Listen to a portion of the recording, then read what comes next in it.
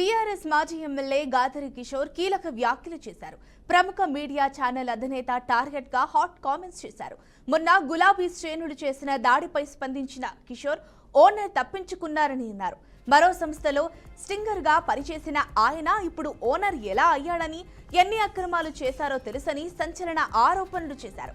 పోలీసులు కూడా కాంగ్రెస్ ఏజెంట్లలా ప్రవర్తిస్తున్నారని, అలా పోలీసులందరినీ గుర్తుంచుకుంటామని అన్నారు. అలాంటి పోలీసులను వదిలే ప్రసక్తే లేదని హెచ్చరించారు.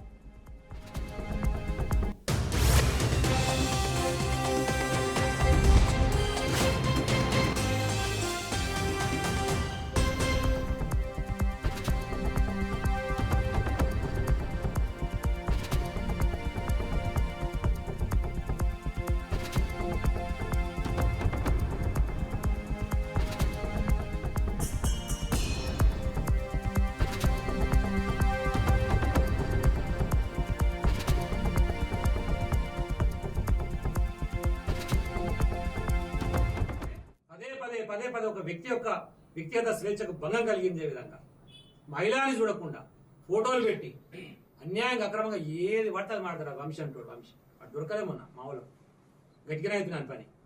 ఇప్పటికి కూడా వాడు వదిలిపెట్టే ప్రసక్తే లేదు. వంశీ అంటోని మహా న్యూస్ ఎవడుండే అండి, వాడు కూడా చిన్న స్టింగర్ గా పని చేసుకుంటుండే, ఆంధ్రజ్యోతిలో పనిచేసిండు. అప్పుడు సేమ్ ఇట్లా ఎంఆర్పీఎస్ మాట వాళ్ళు దాడి చేస్తే ఆకేస్తే కూడా జైలుకి పోయాడు వాడు. మరి ఇలా మహా న్యూస్ అదే తట్టైనా కొడుకాను మేము కూడా అడొచ్చా, మాడొచ్చా? అంటే ఇలాంటి కార్యక్రమాలు చేసి, ఇలాంటి లంగ పనులు చేసి, ఇలాంటి ఇల్లీగల్ దందాలు చేసిన వేళ ఒక మీడియా ఛానల్ కొందరమైనవారు అని చెప్పి మేము కూడా అనొచ్చు కదా. అంటే నువ్వు చేసినటువంటి పనులు, మీ ఇళ్ళలో జరిగేటువంటి పనులు ఇతర మహిళలు కూడా చేస్తున్నా నువ్వు అనుకుంటున్నావా? అది మీకున్నదేమో కల్చర్, మా దగ్గర లేదు. సో మహిళ యొక్క స్వేచ్ఛని భంగం కలిగించేటువంటి రైట్ ఓడించింది నీకు. ఈ రోజు వరకు ఫోన్ ట్యాపింగ్ కు సంబంధించి ఆ విచారణ చేసినటువంటి ఏ ఒక్క సంస్థ అయినా సరే విచారించినా ఇది బయటకు వచ్చిందని చెప్పి చెప్పిర్రా? మరి నువ్వెట్లా చెప్తావు? పోనీ నువ్వు అనుకుంటున్నటువంటి వ్యక్తులైనా స్వతహాగా వాళ్ళు వచ్చి వాళ్ళ కంప్లైంట్ ఇచ్చిర్రా, నా ఫోన్ ట్యాప్ అయింది, దీనివల్ల నా వ్యక్తిగత స్వేచ్ఛకు భంగం కలిగింది, నన్ను వీళ్ళు బ్లాక్మెయిల్ చేసి నాకు వీళ్ళు మాట్లాడని చెప్పిర్రా? ఏది పడితే అది మాట్లాడితే నడుస్తుంది, మా సోషల్ చేస్తాము, మళ్ళీ ఏమైనా మాట్లాడితే మీడియా స్వేచ్ఛకు భంగం కలుగుతుందా? మొదటి నుంచి మీడియా స్వేచ్ఛ మీద ఇట్లనే చేస్తున్నారు. అరే మీడియా స్వేచ్ఛకు భంగం కలిగిస్తుంది భయ్. వాస్తవానికి చెప్పు, నువ్వు ఎవడిచ్చి నీకు రైట్ కొడతాను? నువ్వు కాంగ్రెస్ పార్టీ కార్యకర్తవా? పోలీస్ అంటే నీ ఇష్టమా? నీ అయ్యా జాగిరా? ఎట్లా కొడతావు? పిల్లగాల మీద ఎట్లా చేసుకుంటారు మీరు? మిమ్మల్ని ఎవరు వదిలిపెట్టేది లేదు.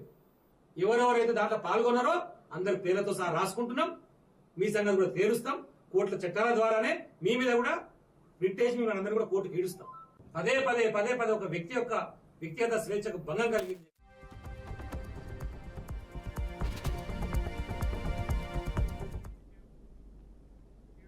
నేషనల్ హెరాల్డ్ కేసులో కీలక పరిణామం చోటు చేసుకుంది. ఢిల్లీలోని రౌస్ అవెన్యూ కోర్టులో ఈడీ అధికారులు పిటిషన్ దాఖలు చేశారు. యంగ్ ఇండియా కంపెనీ పేరిట అక్రమాలు జరిగాయని, దాదాపు 2000 కోట్ల మనీ లాండరింగ్ జరిగిందంటూ ఈడీ అభియోగం మోపింది. ఈ క్రమంలోనే సోనియా గాంధీ, రాహుల్ గాంధీలను విచారించేందుకు అనుమతి ఇవ్వాలని పిటిషన్లో తెలిపారు. అయితే ఈ కేసులో ఇప్పటికే సోనియా, రాహుల్ సరా తదితరులపై ఈడీ ఛార్జ్షీట్ దాఖలు చేసింది. యంగ్ ఇండియన్ సంస్థ ద్వారా అసోసియేషన్ జనరల్స్ లిమిటెడ్ ఆస్తులను అక్రమంగా స్వాధీనం చేసుకున్నారని ఈ ఛార్జ్షీట్లో ఈడీ స్పష్టం చేసింది. యంగ్ ఇండియన్ సంస్థ నుంచి 2000 కోట్ల విలువైన ఆస్తులను అక్రమంగా పొందారని ఈడీ ఆరోపిస్తోంది.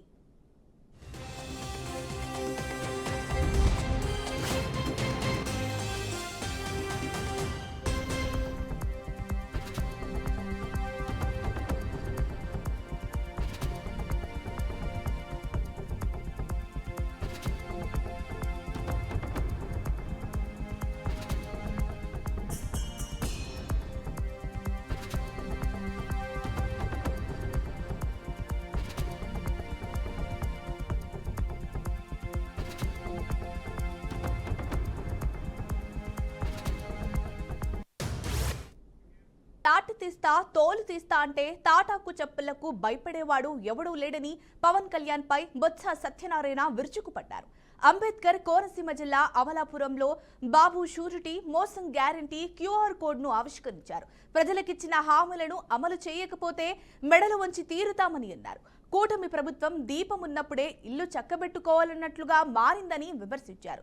అధికారంలో ఉన్నవారే ఇసుకను దోచుకుంటున్నారని ఆరోపించారు.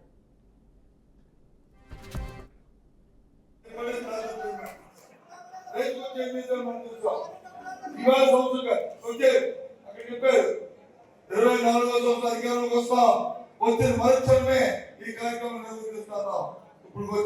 నెలలు అయింది, 13 నెలలు అవుతుంది.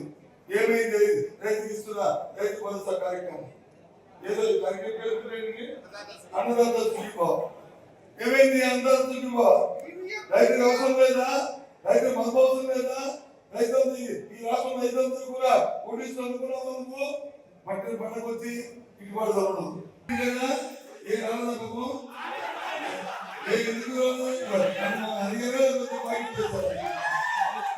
ఇదిగో వస్తే ఎప్పుడైనా శాసనమండలిలో కానీ శాసనసభలో కానీ గత 5 సంవత్సరాల్లో మంత్రిగా మేము కానీ ముఖ్యమంత్రిగా ముఖ్యమంత్రిగా జగన్మోహన్ రెడ్డి గారు కానీ ఎప్పుడైనా మాట ఇచ్చింది ఏ రోజునే ఈ రకంగా ఎప్పుడైనా చేసామా? చెప్పండి ఒక మాట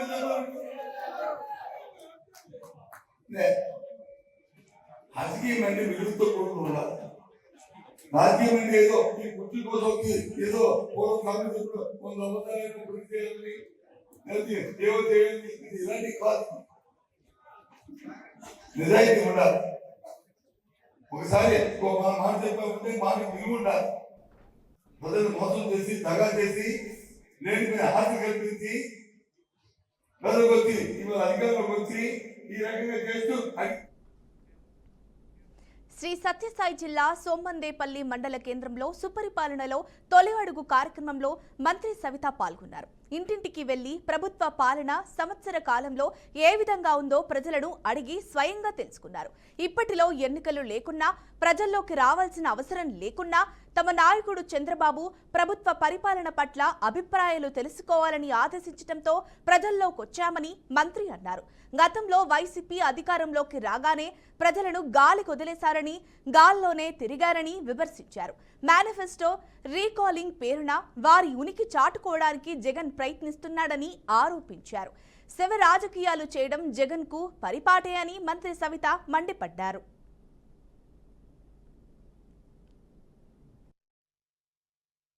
అభివృద్ధి ధ్యేయంగా పనిచేస్తున్నాం. మేము ధైర్యంగా ఈరోజు ప్రజల్లోకి వచ్చాం. మాకేం ఎన్నికలు లేవు, మేము ప్రజల్లోకి వచ్చే పని లేదు. ఎన్నికల ముందు వచ్చేవారు కొంతమంది, కానీ చంద్రబాబు నాయుడు గారు ప్రజల్లోకి వెళ్ళండి, వాళ్ళ సమస్యలు తెలుసుకోండి, సంక్షేమ పథకాలు వస్తున్నాయో లేదో తెలుసుకోండి. కొంతమంది అర్హులైన వారు కూడా పెన్షన్ అదేంటి తల్లి వందనం రాలేదు, వాళ్ళకి అవకాశం ఇచ్చాం, వాళ్ళు రెక్టిఫై చేసి వాళ్ళకు కూడా తల్లి వందనం అందజేయండి అన్న విషయాన్ని కూడా ఆదేశించారు. అధికారులు కూడా ఆదేశించామన్న విషయాన్ని కూడా తెలియజేస్తూ, ప్రతిపక్షము నేను చెప్పేది ఒకటే సోదరా, మరి ఒక్క ఛాన్స్ అని చెప్పి జగన్మోహన్ రెడ్డి గారు అధికారంలోకి వచ్చిన తర్వాత 1 సంవత్సరం లోపల వాళ్ళ ఎమ్మెల్యేలు ఎవరన్నా బజార్లోకి వచ్చారా? ప్రజల్లోకి వచ్చారా? ఫస్ట్ దీన్ని వాళ్ళు రెక్టిఫై చేసుకోమని చెప్పండి. గాల్లోనే తిరిగారే తప్ప, బంగ్లాలు కట్టుకున్నారే తప్ప, దాచుకున్నారే తప్ప ఎంతమందికి అమ్మబడిచ్చారు? సిపిఎస్ వారానికే రద్దన్నారు, సంపూర్ణ మద్యపాన నిషేధం అన్నారు. ఇలా అన్ని సంక్షేమ పథకాలు వాళ్ళు ఈరోజు గాలికి వదిలేస్తారు. ఈరోజు మేము ధైర్యంగా ప్రజల్లోకి వచ్చాం. వాళ్ళు ఈరోజు అధికారంలో ఉన్నప్పుడు ప్రజల్లోకి రాలేదు. మేము ఈరోజు మా మేనిఫెస్టో పట్టుకొని మేము ప్రజల్లోకి వచ్చాం. ఇవి చేసాం, ఇవి చేయబోతున్నాం, చెప్పని కూడా చేశామని మేము ఈరోజు ధైర్యంగా చెప్తున్నామంటే దానికి అర్థం చేసుకోండి. వాళ్ళు ఉనికి చాటుకునే కోసం, వాళ్ళ శవ రాజకీయాల కోసం, వాళ్ళ పార్టీ, ఎందుకంటే రంగులరెడ్డి గారికి అలవాటు రంగులు మార్చుకోవడం, వాళ్ళ పార్టీకి కూడా రంగులు కొట్టి సమాధి చేసేశారన్న విషయం కూడా తెలుసుకొని ఆయన ఏదో ఉనికి చాటుకునే కోసం ఇలా చిల్లర రాజకీయాలు చేస్తున్నారే తప్ప మరొకటి ఏం లేదని ప్రజలందరికీ తెలుసు అనే విషయం కూడా తెలియజేస్తారు. అభివృద్ధి